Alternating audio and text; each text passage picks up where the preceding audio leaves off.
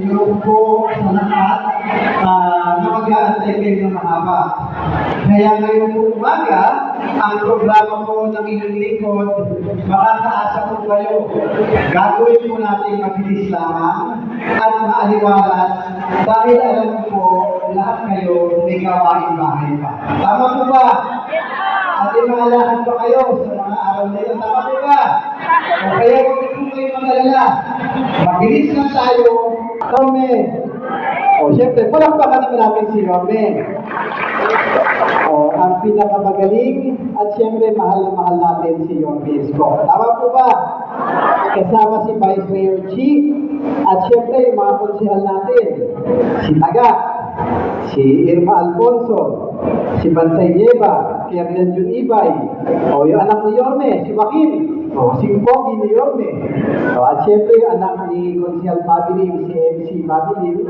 Ako naman po ang inyong congressman, si Kong Eric, na unang-una nagpapasalamat po ako sa inyo lahat. Sa ilang dekada, taon na tulong, suporta at panalangin nyo sa aming pamilya. Maraming salamat po. Wala pong Congressman Eric kung hindi dahil sa inyo lahat. Maraming salamat. At ngayon pong umaga, marami pong dinadanas ang ating pamahalaan. Lalong-lalo na sa nasyonal at lalong-lalo na ang ating mamamayan. Tama po ba na tumaas lahat ng presyo ng bilihin gawa ng gasolina? Nagkaroon tayo ng krisis sa langis, kaya kami po sa inyong pamahalaan, alam po namin ang pinagdadaanan ng lahat ng PWD dito sa District 1. Kaya po ngayong umaga, ginawa po natin ng paraan na mabigyan po ng tulong ang bawat isang PWD dito sa Tondo para po sa inyong lahat. Sa inyo po mga PWD, naririto po lagi ang tanggapan ni Kong Ernix. Tungkulin ko po at trabaho ko po sa national government, naririto po kami na magiging kaagapay ninyo sa mga problema ng PWD. Pero mga nanay, tatay, mga lolo at lola, bago po tayo magtapos ngayong umaga, gusto ko lang po kayong makausap ng puso sa puso. O ano ba yun, Kong Ernix? Hindi kasi sa araw-araw na dinadaanan buhay natin, totoo, marami tayong problemang hinaharap. Minsan parang gusto nating sumuko dahil sa mga hamon na kaharap ng buhay natin. Yung gusto ko lang kasi maiparamdam sa inyo o maipaalam sa inyo na meron po kayong batang Ernix na naririto lagi na may tungkulin para sa inyo lahat. Yung bang gusto ko sanang humingi ng lambing sa inyo. Dito sa Moriones, sa Balot, sa Tutuban, o kahit sa parte ng Tondo o ng Pilipinas, yung hiling ko po sa inyo, sana babatiin nyo ko lagi pag nakikita nyo ko. Pwede po ba yun? Pwede yan? Bakit ko ito hinihiling sa inyo? Kasi ayoko pong kilalanin nyo ako bilang congressman. Ayoko pong makilala o maalala ng mga tao katulad ng ibang mga politiko na matataas na mga may posisyon. Hindi po ako ganoon. Kung kilala niyo si Tatay Jonix ko, pinalaki niya po ako na simpleng tao lang. Na maging simple sa buhay at hanggat kaya mo anak, matuto kang magmahal sa kapwa mo. Tama po ba? Kaya kahit saan tayo magkita, eto lambing ko lang naman sa inyo. Pwede po ba papatiin niyo ako? Nakita niyo naman sa akin, libre kumamay, libre magpa-selfie, libre yumakap. Kaso kanina doon, kinalik-halikan na po eh. Hindi, pati kiss libre din.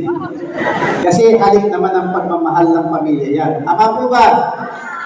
Kasi kesa congressman, kesa politikong matataas, mas gusto ko pong makilala niyo po yung batang Ernix na kaibigan at kapitbahay niyo. Sa mga lolo, taas nga kamay ng mga senior, yung mga senior. Ayan, mahal na mahal namin niyo yan. Sa lahat ng senior, parang apo na lang ninyo ako. Sa mga nanay at tatay, parang anak, at sa kabataan, kaibigan at barkada. Mas gusto ko po maging parte ng pamilya niyo kaysa maging mataas na politiko. Pwede po ba? O, eto na ha. Pag nagkita tayo, ito po ang simbolo natin. Taas nga natin ang mga kamay natin. Ayan, taas natin. At ilagay po natin sa ating mga puso. Ito po ang simbolo ng Batang Tondo. Kung saan, dapat tayong mga tunay na taga-Tondo, tinutulungan natin ang kapwa Batang Tondo natin. Tama po ba? Okay. Iyan tanong. Kung nagkataon, nagkita-kita tayo, nakapila tayo sa Jollibee. Papatiin niyo ba ako? Ay dapat, pag nakita niyo ako, nakapila sa Jollibee o McDonald's, kahit sa kainan na, kahit sa upo. O, gaganon lang kayo. Eh, hindi ko kayo nakita. Gaganon kayo. Pag nakita ko kayo, aakbayan ko na kayo. Sabihin ko, nanay, tatay, lolo, lola, sagot ko na po, chicha nyo. Matitake ko kayo. Pwede? O, hindi naman. Yan kasi, ginagawa natin bilang iisang pamilya. Tama po ba? Ganon din naman kayo eh. Pag may kapamilya kayo nakita, sa labas, kahit hindi nyo inaasahang gastos, dudukot at dudukot ka, mapakain yung mahal mo sa buhay. Tama po ba? Yun ang gusto ko na samahan natin. Hindi politika. Eh, wala namang eleksyon ngayon. Gusto ko. Promise? Uwihan na.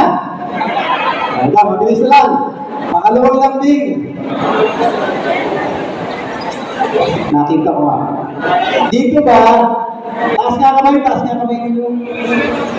Facebook natin, na ma-like, i-share, i-follow ng mga bata at ulo. Bakit kaya?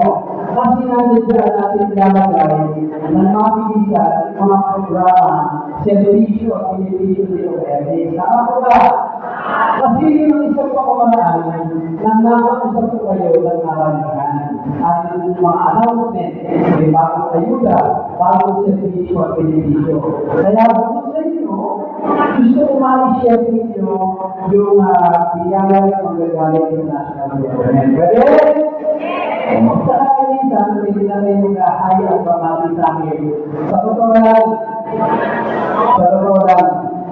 yung nakikita ko minsan yung pagmamahal ninyo sa Facebook o kaya in person na nagayakapan na nagkakakayan tayo. Malaking bagay ko kayo sa television na sa araw-araw kung natatawag ko sa batasang pagmanda. Kasi kailangan ko magtrabaho eh. Kasi lahat ang congressman na kasabayan ko sa congress, lahat po yan malaking tao. Tama po ba? Mga mayor, gobernador, ang mga mayayaman at bilinarong tao ang mga nanuno dyan sa batas at pagmanda. Si Kong Ernix po, simpleng batang Ernix lang. Lumaban po at binigyan niyo ng pagkakataon. At ngayon, sa mas malaking entablado sa batas at pagmanda, kailangan po po magsikap at galingan. Kasi pag ako nagsipag at nagsumikap sa Congress, mas marami din tayong biyaya na servisyo at benepisyo maibibigay sa lahat ng mga ito. Kaya, sana sa mali ko, kapananan ninyo, yung malamdaman mo na kahit paano, nandiyan kayo sa kanilo. Lumalakas ang loob ni Omeri, nakasama ko po sa laban ko ang bawat isang bata.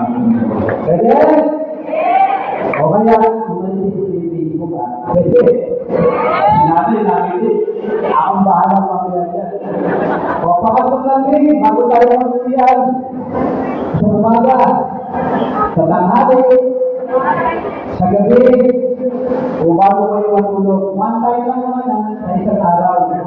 Kung hindi ko kalamisan sa inyo, saan po maisama naman ninyo ko sa mga panalangin. Pwede?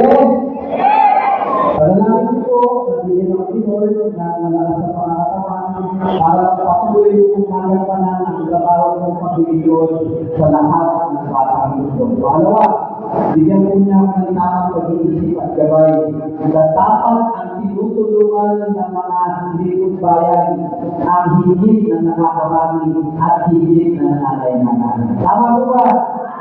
At pangatlo, bigyan po sa tayo ni Lord lahat ng proteksyon laban sa mga tao na nag-iisip ng hindi maganda sa atin at sa inyong congressman. Hindi po nawawala ang mga tao na nag-iisip ng hindi maganda sa inyong likod. Okay lang yun. At tawag yan politika. Tama po ba? Pero hindi ko lang sa lahat ng tao na nag-iisip ng masama sa atin, sigilan ang ninyo. Dahil nakatingin mo ang Panginoon at yung inggit, yung masamang hangarin sa kapwa, walang itutulog na kabutihan sa ating lahat yan. Kesa ang inggit, kesa Manila, ang isipin natin kung paano makatulong ng tunay sa pangangailangan ng kapwa natin dito sa mundo. Tama po ba? O basta ako, hindi ko sila pakatulan. Ang iisipin ko lang, magsipag, magtrabaho, at maghilod ng tapat sa lahat ng pangangailangan ng mga parang mundo para sa inyo. Ayan. O kaya, sa inyo po, mga minamahal ng batang mundo, mga PWD, nakakaasa po kayo na ang inyong congressman, yung batang Elix, lagi po ako naririto na magbibigay lamang po lagi ng tapat, ng sapat at ng sobrang tapat.